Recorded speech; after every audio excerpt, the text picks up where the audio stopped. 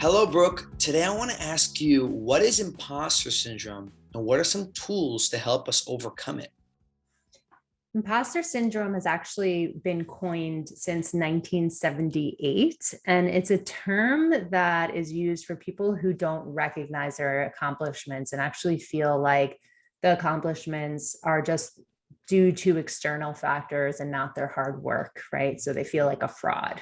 Mhm. And lots of ADHDers feel like a fraud and have imposter syndrome and struggle with it because of the negative self-talk and the shame that they've had for years, along with it taking them a longer time to get things done. So sometimes they, are masking some of these things Mhm. to their bosses or their coworkers because it might take double time, triple time, whatever, to get the same task done as someone who might be neurotypical.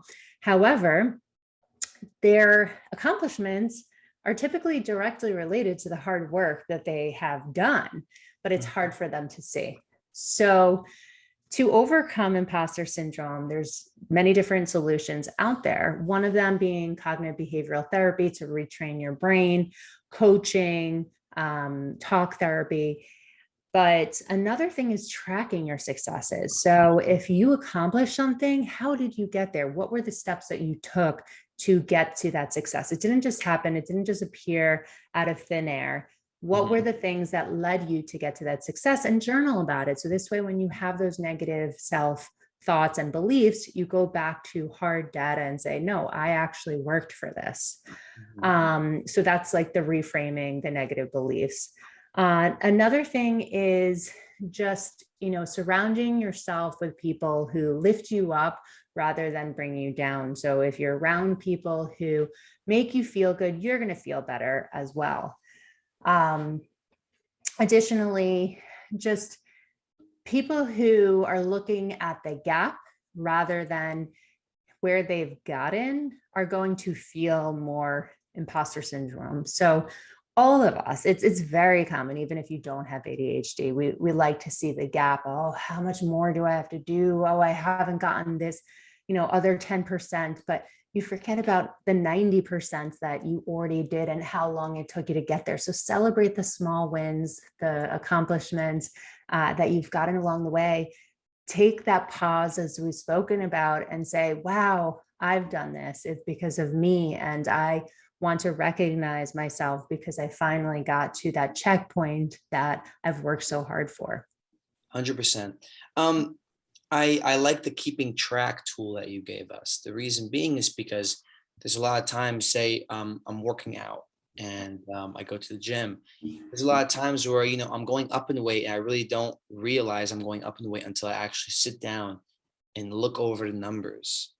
And Mm, and there's sometimes where say I'm studying for an exam and I'm picking up on things quicker because I understand the basics better from the previous classes I've taken. So it's good to track your numbers, your successes, your mhm. all the small things that you do to actually see it on a paper in front of you horizontally, and understand that you are doing better. And remember, mistakes equals experience. Mistakes means experience. Experience is very important. Experience, 100%. yes, experience is a great word. I think we all in this world want to gain more experience, but the only way to gain experience is through making mistakes. And remember, making mistakes is better than faking imperfections. Mm, And yes. And I love that.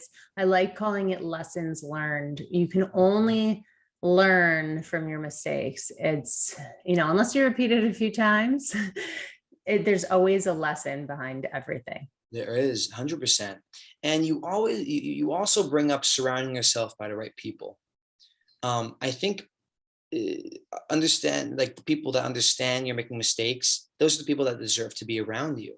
Mhm. And not only that, people say the person doesn't understand mistakes, it's good for you to express yourself, vent, talk about your mistakes, and maybe that will in turn not only help you, but it'll help your friends and the people that you're surrounded by, and realizing, oh, this is this, maybe I can vent and talk about my mistakes as well. So not only does it make you feel better, but it makes others improve be better as well. Speaking, of other people, I think imposter syndrome, people tend to compare themselves to others. Sure. And I think it's very important to realize you shouldn't compare, but you should try to learn from their experiences, learn from their successes, and maybe get inspired rather than Yes. You compare. know what I like to say? The Yes. 3 people you should compare yourself to: Too. you a year ago, you 3 months ago, and you yesterday. I like that a lot. I like that a lot. 100%.